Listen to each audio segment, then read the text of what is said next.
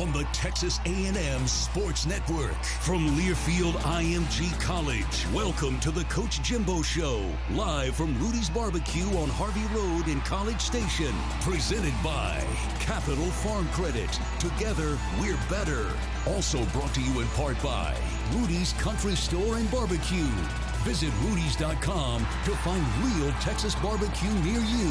AT&T, proud partner of Texas A&M Athletics. More for your thing. That's our thing. And by Bud Light. This football season, keep it crisp with Bud Light. Please drink responsibly. Now, here is the voice of Texas A&M football, Andrew Monaco. Howdy. Thanks for being here this evening at Rudy's 504 Harvey Road. It is the Jimbo Fisher Radio Show. It's presented by Capital Farm Credit, and we are so glad to be back with you after having last week off. Thank you for joining us all along the Texas A&M Football Network and for joining us on Facebook Live as well. Bye week last week for the Aggies. Before that, a win over UTSA, 45-14 to move to 6-3, 3-2 in the SEC, and that 6 is a magical number, Coach. Howdy, because that means you get to check off a box, bowl eligibility for the Aggies. Yeah, you do, and that's one of the goals and what you get. And then, of course, you get to 15 practices and keep your young guys developing.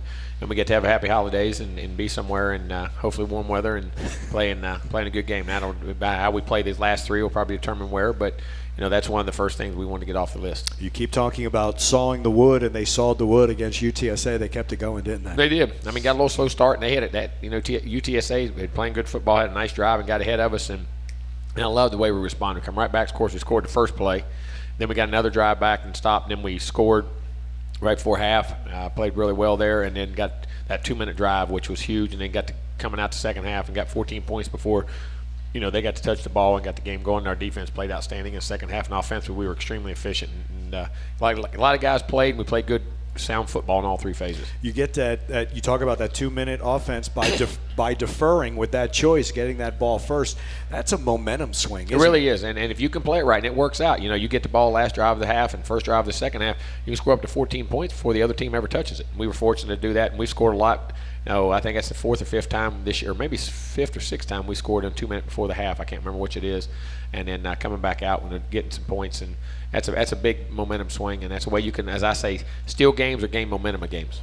That balance that you talk about, you had at Isaiah Spiller with the big game, the big runs, the big holes, which becomes important, because every time we talk about a run, you always like to talk about who made the right block, because that's the only way it works. But we're seeing him hit the right holes, as you had talked about before, and they're open. It's really nice to see that running. The timing game. And people don't understand the timing rhythm of passing game, but there's a timing and rhythm of the running game too. How you hit it, when you hit it, and how the blocks combination all the way up. And then also Cordarian Richardson did a really nice job in that game. Had some nice runs and some nice blocks, and he keeps developing also. And you talked about how what you did at Florida State, you like having those two backs. We're getting closer to that, aren't we? We do. You get guys, you can, it doesn't matter who gets the ball checked to him. If the look ain't there, you can run to the other guy and he can block, and two pass catchers. And people got to play that way, and people don't understand the way spread used to be. People used to play spread when it first came out. Say, boy, that you don't ever get to see it in practice. How do you practice that stuff? Because no one does it. Well, now everybody does it. So when we line up with a tight end, two backs, everybody goes, well, how do you get to practice that?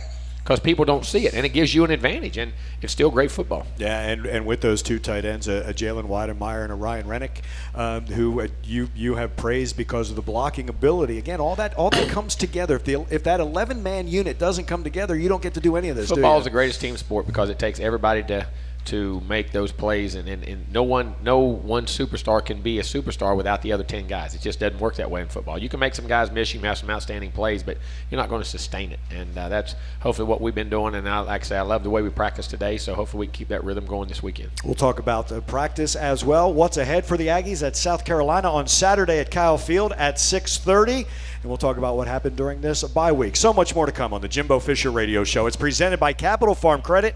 We're at Rudy's 504 Harvey Road here at College Station. Stay with us. This is Aggie Football from Learfield IMG College.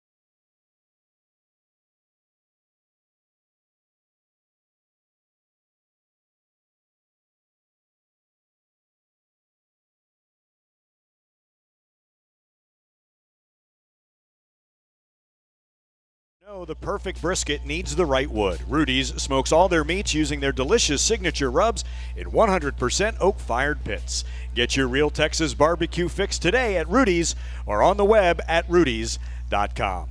It is the Jimbo Fisher Radio Show, presented by Capital Farm Credit. We are at Rudy's, 504 Harvey Road here in College Station. Along with the head coach of the Fighting Texas Aggies, Jimbo Fisher, I'm Andrew Monaco. We thank you so much for joining us. We've got some questions. You can add your own. We've got the box for questions. They will be coming up a little bit later on. And Aggies coming off that bye week.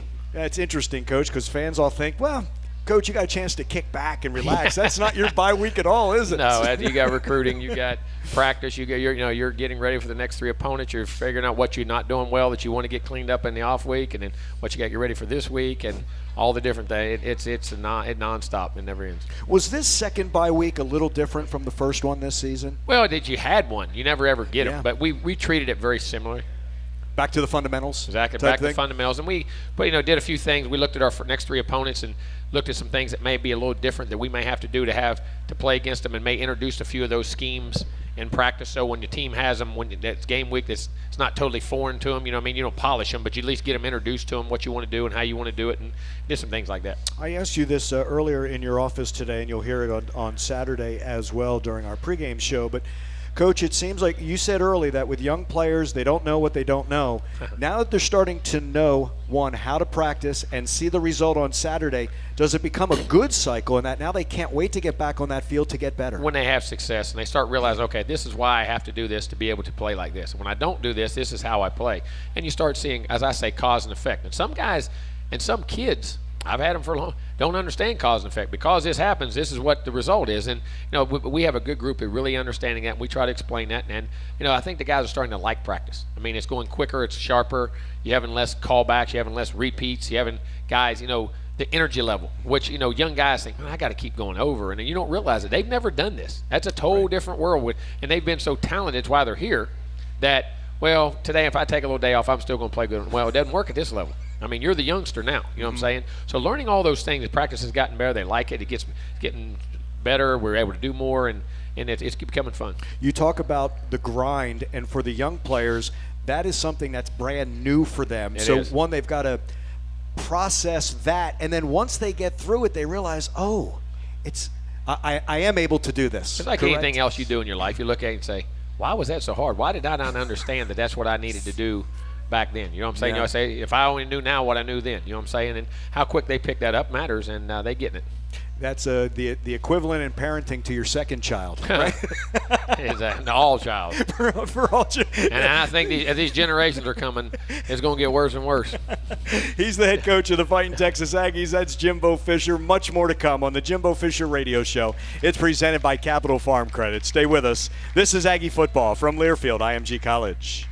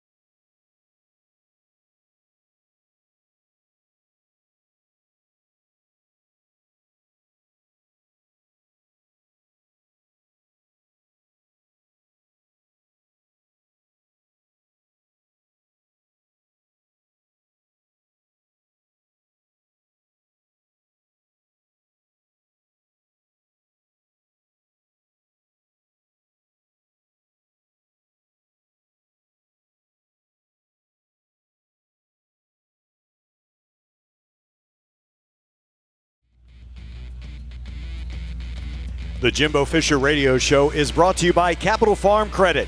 Capital Farm Credit, together, we're better. And we do continue with the Jimbo Fisher Radio Show, presented by Capital Farm Credit from Rudy's, 504 Harvey Road. As always, at Aggie Football on Facebook, checking in. The Constantinos have checked in, and Nick now averaging 57 yards per punt. He got a chance to be one of those guys, right? Yep. Also, a check-in from West Virginia. Lisa Burr Brown has checked in from West Virginia. They never forget you, do they? No. Isn't that great? It is. I mean, you always say, well, I don't. When you're little, I don't care what. Well, you do. When you have people you come from, and people you remember and meet, and it's awesome to see everybody and talk to everybody and remember everybody. You play South Carolina this week, and I'm not going to get on the team yet. I wanted to ask you about how much fun it was coaching with Will Muschamp and that staff. Oh, Lord. When you guys were all together at LSU. Hey, I mean, listen, one, phenomenal ball coaches. Mm-hmm. I mean, as good as it gets, hard-nosed, tough. We were all competitive, and we're all young. I mean, we're trying to make, as I said, make our bones and find our way through. He was I was the OC, and then we hired him, and then we got him to be the DC. And so he actually, when he first started coaching, he and my brother, when I coached at Auburn, they were the GAs for us at Auburn. Really? He and my brother were. Yeah, I mean, it goes way back. So I've known Will a long time when he played, coaching when he played, and then but just great coach, and then, I mean, just fun on the staff. I mean, guy had so many young coaches that have been so successful in the business, and it was a heck of a staff, and he was a great guy now, great coach. So you guys matched wits as well every day, didn't you? Every day. We went at it every day. I mean, every day in practice and doing things. And that had to be fun, especially when you came out on top. Well, yeah. But they had their share, too, because they had a bunch of good players. Yeah. They were coached, too. It was a battle every day, and it made us better coaches. I mean, it really did. You don't realize, like you say, you want to – in practice, you want good players on your team because that's who you go against the most. That's who makes you a better player because the competition you're going against daily. Mm-hmm. Well, coaches too. Who challenges you mentally, toughness-wise, and your coaching ability to move the football or to stop somebody. And having good coaches on your staff makes a big difference. And that was, I think, is a huge part of my young development as a coach, as the guys that we had on the staff. What is it like now to have to coach against him, and he's on the other side? Listen, like I say, it doesn't matter who you play. You're going to line up and play. Yeah. But I would rather not play friends and buddies. I mean, this business is too ruthless, and it's got there's an end result that matters in this business. It always has, and it makes it tough. But hey, that's what we chose, and we understand that. When we go, like I say, if it's your brother or your mother, I always say that when they're playing, they're keeping score, and they're on the other side. It doesn't matter now. You're going at it. That's the way I was raised. Yeah. I told him my dad never let me win anything. I used to lay there and cry. He said, "Well, when you quit crying when you get better, won't you?" And I said, "Okay, all right, I get it." So, but you hate that, but there is an end result, and you'd rather not play friends. But hey, that's you're in it this long. Yeah, you're gonna have friends everywhere. But those other 51 weeks, you've talked about the families, watching families grow, and all of that. Oh yeah, you guys talk about each other because his kids are born there when my kids are born there. You know what I'm saying? They grew up together when they first started. So big deal. And I asked you before about with coordinators, and it would be the same thing with coaches. You would know tendencies, right? I know they change. I know coaches adapt. Not tendencies as much as the psychological and philosophical things they believe in, and the toughness parts. And when it gets right down to it, some of the things that they like to do, and they're not going to change. It's like I'm not going to. You don't. When you're good at something and something is good, you do what you do. Yeah. You do it well, and for most things. So and for this team, no one knows better a Will Muschamp team. Like you can, and I know it sounds cliche, Coach, but say throw the record out. You know exactly how his team is going to play. He's doing the same thing with his guys, saying this is a Jimbo Fisher team. I know, Coach. You're Fisher. going to get these certain things. You're going to get against him. You're going to be there's no gimme. You look at the film. There's nothing gets given to you. Two. One, they're going to be competitive as heck. Two, they're going to be tough as heck, and they're going to be technique sound. So you know what you're going to get. We're going to have much more on South Carolina. The next opponent for Texas A&M, they play Saturday at 6:30 at Kyle Field. 5:30, our CHI St. Joseph Health pregame show will come your way all along the network. Stay with us. We'll continue with the Jimbo Fisher Radio Show. It's presented by Capital Farm Credit. We're at Rudy's, 504 Harvey Road here in College Station. This is Aggie Football from Learfield IMG College.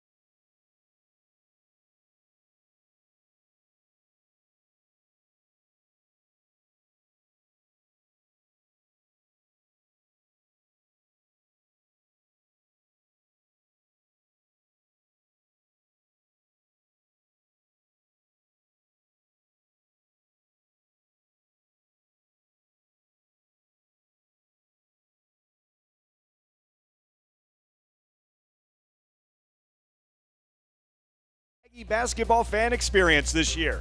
Go to 12thman.com/maroon contest to register. One winner and a guest will receive game tickets, a VIP tour of Reed Arena, and you'll be recognized on the video board during the game. Register today at 12thman.com/maroon contest. Texas Farm Bureau Insurance is a proud partner of Texas A&M Athletics. We continue with the Jimbo Fisher Radio Show. It's presented by Capital Farm Credit. It is question time, Coach. Ian is up first. What you got? I want you to know. Let me take a drink. Hold on. Yeah. I'm going to tell you while you're taking that drink that Ian is not going to be here next week, but he will have a question for you next week. He brought two of them this week. As a coach, what do you wish you had more time for? He's good, isn't he? Family. At the end of the day is what it gets back. I mean, you wish you had, because it takes so much time to do it in this job with recruiting and everything, you wish you had more time for family. You try to make as much as you can, but there's never enough time for it. If you were going to get personal and change rules when it comes to recruit, because the calendar always changes, would that be part of it? And do you think most coaches would agree with that? No doubt. I mean, you struggle and find time, try to find as much time as you can, and like I say, to see your own kids play and do the things they got to do and the job you have. It's a very demanding job, and you work it through and you find your times, but it's not a struggle, but it has to be a very well orchestrated thing. You have to have a lot of understanding, don't you? Oh, they from do. The family. Yeah, they do. Yeah, absolutely. But there's good things to it too. They love the game and all the other ends of it. So I tell them, I'm gonna quit and come to you on that. No, don't do that, Dad. I mean, so it works pretty good. They still want the perks, right? Yeah. Go with it. But they like it. I mean, but it's still the time is a big thing. Steve wants to know, how do you like playing South Carolina every year? Do you want to change the cross-division game to play the other schools, like every 4 years play someone differently? Well, I think they're trying to.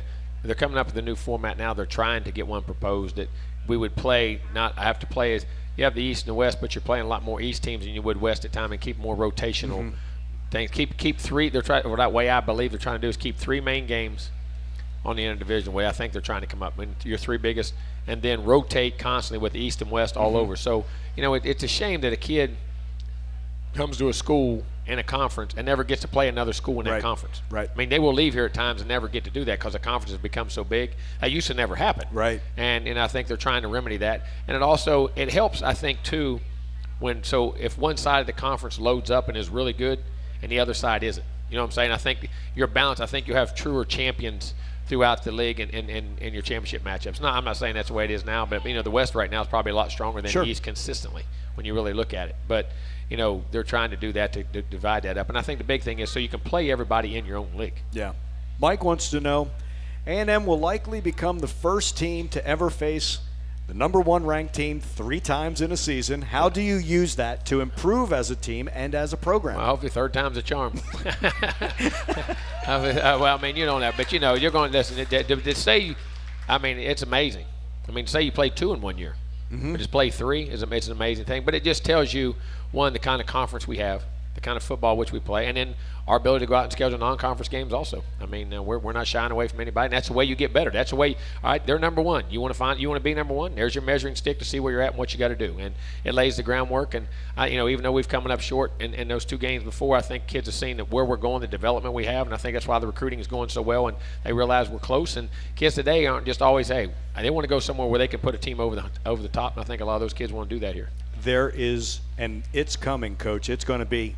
Gosh, why do we have A&M on our schedule? I hope so. I hope when they look and say A&M, and they start shaking their heads. I hope that day comes, and which it is, and that's our plans while we're here, and it can definitely happen here, no doubt. You went around the state this summer at the coaches' nights, and you talked about playing 1, 2, 3, 4, 5. Did you realize you were going to have to say we're playing 1, probably 1, yeah, 2, 3, 8? Yeah, I mean it is. I mean it's just the way it is. But I mean as a competitor, you love it. Yeah. I mean it is tough. There's no doubt. I mean but you love the competition and you love your kids and I think it makes them rise up to see what they're capable of doing. He's Jimbo Fisher, the head coach of the Fighting Texas Aggies, 6-3 after their win over UTSA 2 Saturdays ago. The 45-14 win.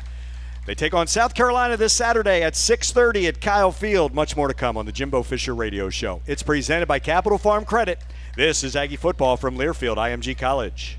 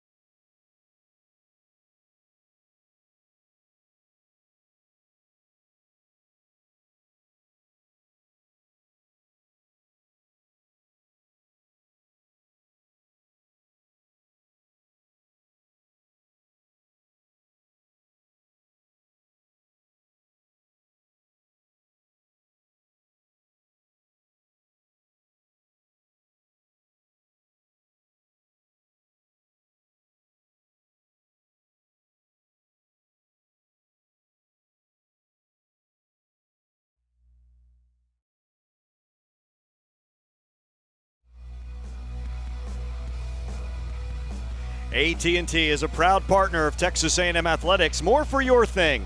That's our thing. It's the Jimbo Fisher Radio Show, presented by Capital Farm Credit. We're at Rudy's, 504 Harvey Road here in College Station. Along with the head coach of the Fighting Texas Aggies, Jimbo Fisher, I'm Andrew Monaco. South Carolina on Saturday, and Coach, I'm going through their defense. Yeah. I absolutely appreciate it a lot more because obviously you have to go against it. And you're not one to go over the top when you talk about a front four or a front seven or a secondary, but this defense of South Carolina has a little bit of everything. I know they're 4-6, but this defense has kept them in absolutely every game. There's a lot of hydra. I mean, the big guy inside Ken Laws, he's going to be a first-round pick, the inside guy, no, without a doubt. I mean, that's what makes this league so special, the D lineman, and they got some other buddies with him. I mean, 5 and 15 and 52, and I'm thinking the other one just slipped my mind right now. 8. Wanham. I mean, he's so physical and tough. Stands up, moves around, does different things for him. Backers, I mean, are athletic, can run long. Secondary is really long. I mean, it can run, play really physical, and they play hard, man. And Will coaches them. I know how they're coached. And that's I never really – you've really taught me that about that long, lanky back end. And obviously we have some – receivers, trying to go up against, say a Kendrick Rogers, but with that length on the back end. Let me flip it. When they're small in the secondary, do you like to take advantage of that? You try to fit physical mismatches, and even when they cover you, they can't cover you. It's like a 6'2" guy playing a 6'8" guy on the blocks. I mean, he can guard him, but he can't stop him. I mean, now that don't mean he scores every time, but those physical mismatches matter, and the length and size in the secondary and the skill positions in football it's amazing. It really is. I mean, it's how long and how athletic, and now they got to be able to move and change direction. Those guys aren't just easy to find, right? But they found them.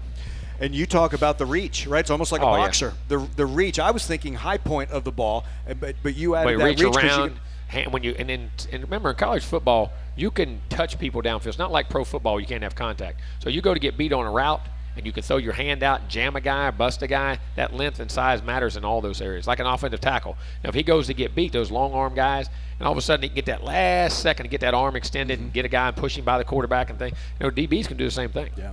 This defensive line, because you mentioned all those numbers, they rotate them similar to Mississippi State, right? Where I know they lost to those 3 NFL guys, but because they rotated them, they still had that experience. Oh, they do. I mean, and those guys have all played a ton of ball, so it's like they're like co-starters. And that's when you get depth in your program and things, and that's what we're building to right now. That that's what you want. So it doesn't matter who's in the ball game. And that's sometimes the difference between big time programs and let's say a mid major, right? They may have good starters, but they're not able to rotate them like exactly that. Exactly right, and that affects that late in games and late in seasons. Also, when the wear and tear of the body, and now you're taking more snaps, not taking where if you're taking less snaps, you're healthier late in the year, you're fresher. I mean, all that matters, and when you're talking about a whole season. How much of an advantage is it that your offensive line gets to go up against your defensive line because they have that kind of talent? Well, correct? That's what I say every day. What makes you better is not your opponent; it's your own teammate. That's when you get your team stacked with players who they practice against. And I said this before when I was, when we had some great teams at whether LSU or Auburn or Florida State, especially when we were down there. Our biggest challenges was practice. I mean, what you win against each other for 3 or 4 days in a row, and who you win against when the games come. All right, they may be good, but you're not going to see anybody any better. Right. And it made a difference. So you want Saturday to be easy. Exactly. You know what I mean? Relatively it's not easy, but you understand what you have to bring to the table each and every day. But in this league, it's never, because everybody's got players. And that's why I say when you look at the draft, even though there's teams that win this league, and I go look at how many guys each team that was in the bottom half of the league, how many guys they had drafted. It's amazing. You gave that number during one of the coaches' nights. It was incredible what came out of the SEC. There was 64 draft pick, which is a modern-day record, the most of any conference has ever had. You know what I'm saying? There were 90-some guys that went to the combine. The next league was 50. Yeah. That was and they had 90. We had 50 or 54. We had 52 in the SEC West alone that went to the combine. So that's the amount of. Who you were playing. Everybody. Everybody had players and everybody had drafted. The next league, you had 64 drafted in the SEC. The next was 40. Then it went to 28, 29, 28, and 23 or something like that. So it's you're 2 and 3 times more than any league in college football. Right. And you build yourself for that. Right? So you have to, because the attrition and the physicality and what you have to play against each and every week. And you want to, when because you're building this program to get to that Final Four. You want to get into that playoff. By building yourself in the SEC, you're prepared for whomever you're going to play. You handle that league, you can handle everybody's league. Yeah. It doesn't matter. That's Jimbo Fisher. He's the head coach of the Fighting Texas Aggies, taking on South Carolina on Saturday, 6:30 at Kyle Field. Our pregame show comes your way at 5:30 on the Texas A&M Football Network. Stay with us. The Jimbo Fisher Radio Show, presented by Capital Farm Credit, rolls on. This is Aggie Football from Learfield IMG College.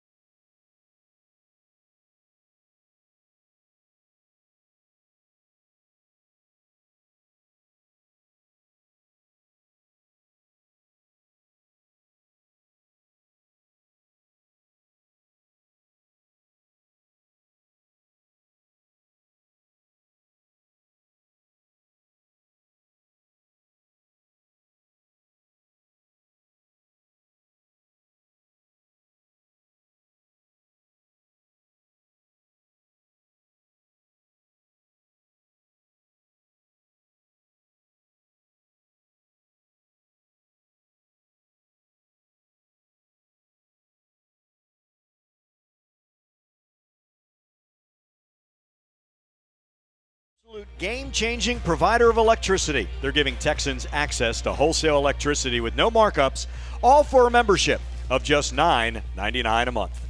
We continue with the Jimbo Fisher Radio Show. It's presented by Capital Farm Credit. We are at Rudy's, 504 Harvey Road. Great crowd here tonight. Thanks for joining us on Facebook Live. Thank you for joining us all along the Texas A&M Football Network. We talked a little bit about the South Carolina defense to the offense. And first name I'm going to bring up is 6'3" wide receiver, Brian Edwards. He is a handful. You got to realize he's the leading receiver in school history. And you think of the guys that have been there, from Sterling Sharp to Alshon Jeffries to Debo Samuel. I mean, and I know I'm missing somebody. I mean, there's a bunch of them. I played against some of those guys when I was, coached against them in bowl games years ago, and that's a rich tradition. And this guy, yards, catches, touchdowns. I mean, he can do it. Deep, short, physical, catch punts, block. I mean, he's going to be a heck of a pro. You have said this about your guys, and I feel the same way for him with South Carolina. They can't get the ball in his hands enough. No, they can't. I mean, and you saw when they struggled the other days when he was out of the game. Out of the game. I mean, when he's in the game, man, they're a different football team, and he is really a difference maker. Another freshman quarterback you're going to face. The difference being they're 4 and 6, and I know they've had a bye. They're really not freshmen. They're not after freshmen 10, 11 weeks, now. Are they? Very highly rated. I mean, tremendous player. Been through a lot, some great games, and put him in some big situations, played against everybody in the country, and done really well. Now the guy's going to have a great career. Ryan Helinski is a tremendous player. Jimbo, they lose to App State last week, but, I mean, those can be some of the really tough. That's a very good Appalachian State team.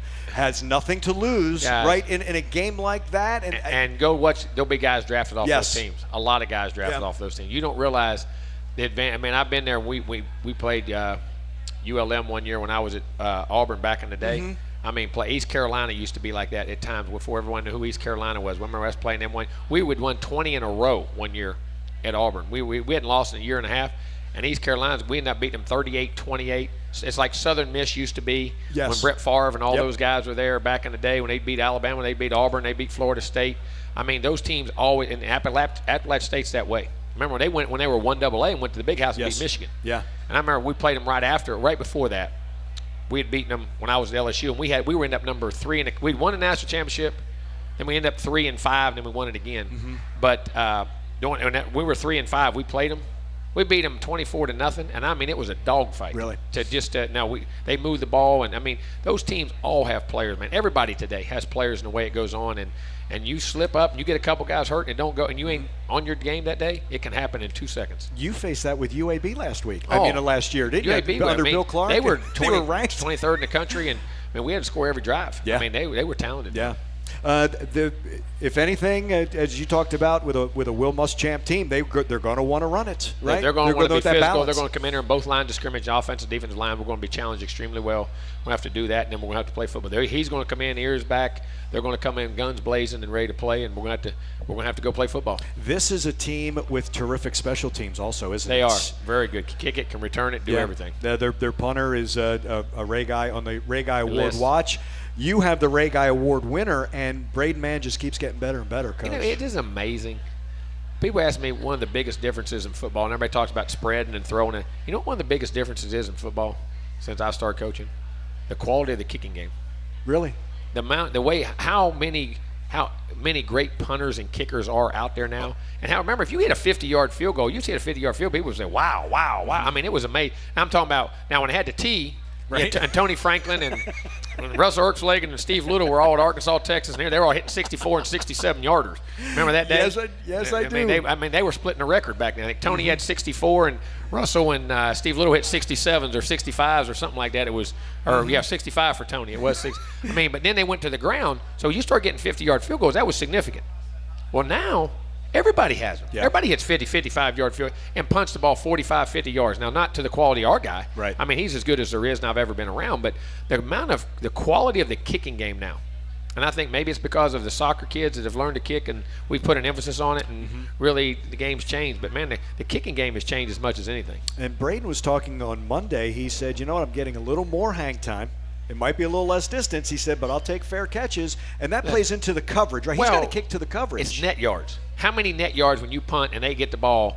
How many yards did we keep them from getting? You know what I mean? You may hit a 60-yard punt and they return it 15 yards. It's 45 yards. You hit 148 and they can't return it. You get a 48-yard error, but they get no return. So that's big too, and trying to take that out of there. And those are those hidden yards that coaches always talk about in special teams. People have no idea. And there's been some games we've really had hidden yards, and there's a game or so that is hurting us this year from hidden yards and return yards. And those things make a big difference. That's no different you throwing a pass play or getting a sack or whatever it may be. And you have a young guy who you like to get the ball in his hands with Anaya Smith. Is really We're getting better. There. I didn't realize this. We've returned almost significantly many more punts than anybody in the league. We're doing a good job of getting him started and getting going, and he's getting better and better, and we're getting better at it. The more chances we give him, the better we're going to be. And that's the thing, right? That he gets to be in that situation and know. And you've talked about this, and I've heard this at practice. You don't like that ball to hit the ground. No, you don't. Listen, that's hidden yards too, right? First of all, the ball never hits the ground unless it's such a bad kick, because the roll and all those things that hurts you too. First job is you got to catch it.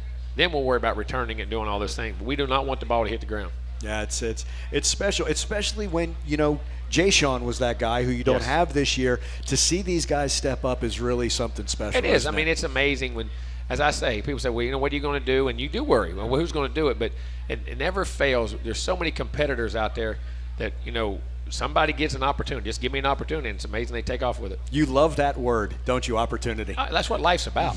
Seizing opportunities, seizing the moments, making the right choices at the right time, and not being afraid to take advantage of those opportunities. Hopefully we're getting better at that. You've got some guys on your team who are doing that, aren't they? There's some freshmen who are getting better and better. Absolutely. They're getting tired of hearing me. Because what have you always said? When you're quiet at practice, that's a good thing. That's a good thing. thing. Maybe they want Coach to be quiet. Exactly. Hey, make me shut up. He's the head coach of the Fighting Texas Aggies. That's Jimbo Fisher. We'll continue with the Jimbo Fisher Radio Show. It's presented by Capital Farm Credit. Stay with us. This is Aggie Football from Learfield IMG College.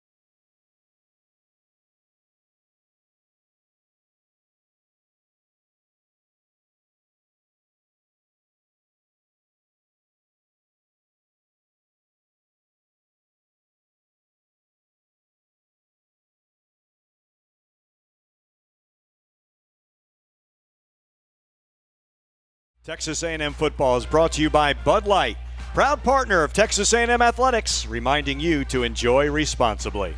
We continue with the Jimbo Fisher Radio Show, presented by Capital Farm Credit, coming to you from Rudy's, 504 Harvey Road here in College Station. The Fighting Texas Aggies will host South Carolina. It will be the final home game of the regular season. 6:30 will kick off, 5:30 for our pregame show, presented by CHI St. Joseph Health. Dave Elmendorf, Will Johnson, and I. And, Coach, on Saturday, Braden Mann on Monday said, I remember when I was a scared freshman, my first punt against UCLA, and it's going to be his final home game on Saturday. He and a terrific group, not a lot of them, but a terrific group of seniors. It is amazing. I mean, when they do get there, and, of course, I wasn't here the whole time with them, but how fast the time goes. You know, you always say this thing is going to fly by you.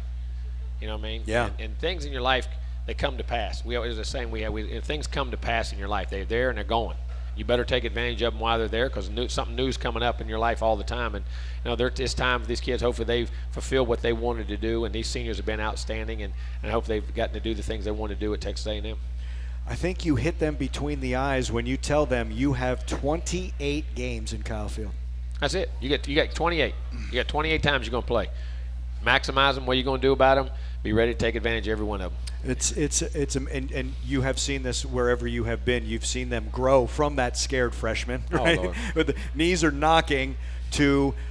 I can just imagine what the emotions will be as they run out for that final time in such a special place. You know, sometimes you learn to handle it. Sometimes the last one can be worse than your first one. I mean, but you know, hopefully you just go handle the business, play the game, and be ready to go. My favorite one was last year, because Dalen Mack had said that he's going to run out there. I think he joked about being one of the first, and all of his teammates, including Otaro Laka, said, Dalen's not going to be the first one out there. He's not fast enough to get out there first in that. But they wanted to make sure that they took full advantage of that, because they're not going to get a chance, and it's been something special. And you've loved it, because you hadn't been at Kyle, correct? Yes. And now that you are here, it's an unbelievable, unique place to play. And the 12th man is second to none. There's no doubt. But just everything about the whole place and the atmosphere, the feeling. Sometimes you get in stadiums and they're great, and certain stadiums have it's just like a couch or a chair. They fit to you. You know what I mean? They feel good. You know what I mean? There's others, hey, they get the job done, but I can take it or leave it. But Kyle Field has a feel to it. You know what I'm saying? And there's a presence to it that I feel totally comfortable. I'm not saying it because I'm the coach, but just you make you feel comfortable when you're coaching there. And the people have a big part of that. But just the whole atmosphere of everything and just the stadium itself. I know you're extremely busy on those days. Is there ever a time you kind of stop, look around, and say, wow, and then get right back into it? You know, I don't, and I'm being honest, and I should. I should stop and smell the roses more often, feel blessed to be where I'm at and what I'm doing, and hopefully we do. But we're so consumed with getting things done that you don't. But don't think when you sit back at home that you don't appreciate and don't think about it. I loved last year the moment when you were yelling at the officials against Clemson and the entire Kyle Field was chanting Jimbo. I'm like, that's the day he became the head coach. You don't even pay attention to that. You're locked into what you're doing. I'm just glad they were there and we weren't out somewhere else. I might have kid more than you. But that's what makes it so. That's what makes college football so special, doesn't it? The atmospheres. It is. The atmosphere is the passion and the fan base and the people, and you know how much they love it, and they've spent their whole lives bleeding it and being part of it and giving back to it, and so the next person can have the experience of it. And that's what makes college football so unique, and it's why it'll never go away, and it's why it's the most unique sport and the best sport in all of America. One thing I loved on Monday, Coach Fisher, during his media availability, he started it. No better way to start it. You were able to thank all the veterans on that Veterans Day on Monday, and it personally affects you with this team. Oh, it does. I mean, we have two guys that were in the Marines and things that have went and paid that price. And let's always say this: there's a special thank you to the veterans and the people who are in the military, or people that were in the military, and the families that had to have people in the military. There's a sacrifice that's different. I mean, when you're talking about saying, "Well, I'm going this and I'm doing," and you're sacrificing your life. And how it's going to affect everybody else. And freedom isn't free. We can all sit here and say all these freedoms we have were free. They're not free. They're free because somebody paid a price for them. They fought for them. Unfortunately, some passed away from it. Others got through it. But they made our life so we could sit here and have these shows and do the things we're doing, play football at Kyle Field, and have the freedoms in which we have in this world that, this country is such a bad country, but everybody in the world wants to come get in it. I can't figure that out. You know what I mean? I mean, everybody wants to come get in it and be in it, because it has freedoms and things like that, and that's the thing we remember. We are in the best country in America, and there's a lot of people who paid a price for that, and God bless them for doing it, and God bless the ones that are still doing it right to this day. Absolutely. John Locke, Joseph Mawad are the two. Yes. What's tougher, Jimbo Fisher and an A&M football camp, or what they had to do in the military? Oh, no doubt. What they had to do in the military. I mean, that's changing lives and saving lives and the things in which they had to do, and they're putting in this, and somebody's trusting their life in their hands. And that's why we deal with we have a lot of military people talk to our kids about that, and well, coach, it's not life or death. No, it's not. We understand football is not life and death, just like the military is. We're not trying to compare it to that. But think about how these guys go about it, where it is, and the commitment they have. Why can't you take that level of commitment and take it to something that's very important to you in your life, and have that same commitment to your teammate or to somebody else? And if you're going to achieve the same things, and have great teams, you can lose the same principles. But it's different when you're the other. But that's why we try to expose them to so much of that. I'm glad that you brought that up on Monday and as well tonight. Head coach of the Fighting Texas Aggies, Jimbo Fisher. One more segment of the Jimbo Fisher Radio Show presented by Capital Farm Credit. Come on back. This is Aggie Football from Learfield IMG College.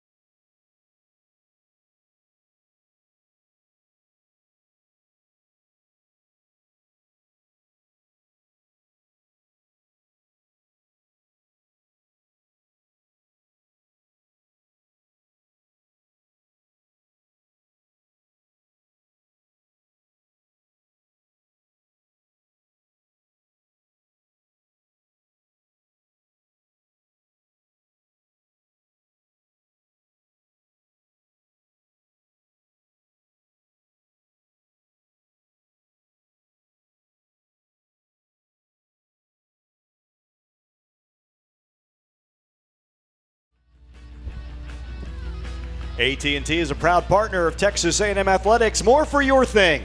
That's our thing. We continue with the Jimbo Fisher Radio Show, presented by Capital Farm Credit. We'll tell you that this copyrighted broadcast is an exclusive presentation of Learfield IMG College under the broadcasting rights granted by Texas A&M. Reuse of this presentation is prohibited without the express written consent of Texas A&M University and Learfield IMG College. Announcers are provided by Learfield IMG College and Texas A&M University. In our final moments for this edition of the Jimbo Fisher Radio Show, presented by Capital Farm Credit, what do you want to see from the Aggies to beat the hell out of South Carolina? First of all, I want to see us get a good quick start and have the energy and the focus. You know, when we talk about the 3 I's, you know, you talk about immediacy, intensity, and intelligence, and getting out of the blocks, doing well there. Take care of the football, win the turnover battle, create turnovers, stop them, create big plays, don't give them up, because those 2 things affect the outcome of a game more than anything right now. And, of course, third down, red zone efficiencies and everything else. But the big thing is our energy and our tenacity and our focus and our attitude and our demeanor to put our will upon them. To play our game. They're going to come in here ready to play good. We're going to come in here ready to play. So there'll be 22 mad people on the field at one time that are trying to get after it. But you let your will come on them, have the execution, have the poise, act like you know what you're doing, and play with great consistency and don't lose the focus. Keep building, keep sawing that wood. Correct? Exactly right. Keep building the foundation for what these young men can be. Don't take that step backwards after all the success that you've had. Exactly right. And sometimes when you take a break, you tend to do that. So hopefully we haven't. We practiced pretty well. I love the way practice went so far. So hopefully we can do that and get out of the blocks and play a complete football game on Saturday. You talked about that cause and effect. It's really good to see that because it really builds confidence. Yeah, that's what life's about, cause and effect, man. Because you do this is what happens. Because you do this, because you made that choice, these are the consequences. Every choice you make has a consequence, good and bad. You got to live it. So when you make those choices, live with them and be ready to understand that. Coach, thanks so much. Great time this week, as always. You bet. He's Jimbo Fisher, and this is the Jimbo Fisher Radio Show, presented by Capital Farm Credit. We will be with you on Saturday. 6:30 will be the kickoff. Join us for the CHI St. Joseph Health pregame show. It comes your way at 5:30, all along the Texas A&M Football Network. For Kevin Menchow, who's our engineer, Abby Klatz, the producer, in our Learfield IMG College studios, for the head coach of the Fighting Texas Aggies, Jimbo Fisher, I'm Andrew Monaco. Thank you so much for joining us. This has been the Jimbo Fisher Radio Show, presented by Capital Farm Credit, and this is Aggie Football from Learfield IMG College.